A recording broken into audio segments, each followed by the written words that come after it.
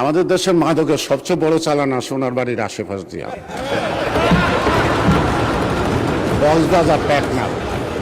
আরেকটা বিষয় আছে মাননীয় স্বরাষ্ট্রমন্ত্রী, আমাদের দেশের মাদকের সবচেয়ে বড় চালানা সোনার বাড়ির আশেপাশ দিয়া কক্সবাজার পেটনা।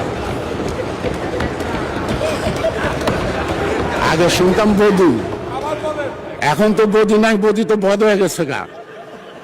এখনকার ওইখানকার দায়িত্বটা কে নিছে? বাড়ির আশেপাশের লোক।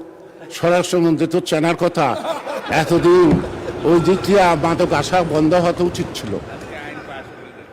আইন দিয়ে কোনো কিছু হয় না। আইন কার্যকরী করার জন্য সাহস লাগে, সৎ সাহস লাগে, ইচ্ছা লাগে।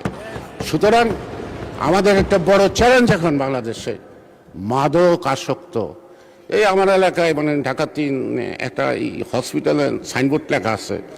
আমাদের মাননীয় সাবেক মন্ত্রী মোশাররফ ভাই তার নাম লেখা আছে, এখানে উদ্বোধন করছেন এবং আমানুল্লাহমান সাহেব উপস্থিত ছিলেন।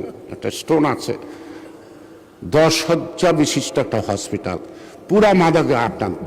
মানে রুগীও নাই, ডাক্তারও নাই, দারোয়ানও নাই, মাঝে মাঝে খুন হয়। একটা নির্বাচনী এলাকার মধ্যে 10 শয্যা বিশিষ্ট একটা হসপিটাল আছে। কি গর্ব আমাদের, কি অহংকার! আমরা কত আগাচ্ছি, কত কিছু করে ফেলেছি দেশের জন্য। যেখানে আদমশুমারি অনুযায়ী লোক সংখ্যা হলো 6 লক্ষ, 6.5 লক্ষ, কিন্তু বেসরকারিভাবে 15 লক্ষ লোকের উপরে বসবাস একটি আসনে, ঢাকা 3-এ। সেখানে একটা হসপিটাল আছে, তার মধ্যে মাদক আসক্ত। তা মাননীয় স্পিকার, আমার মনে হয় আমার সব কথার মধ্যে সব দাবি হয়ে গেছে। এখন আমরা সাহসিকতার সাথে আমাদেরকে এগুতে হবে।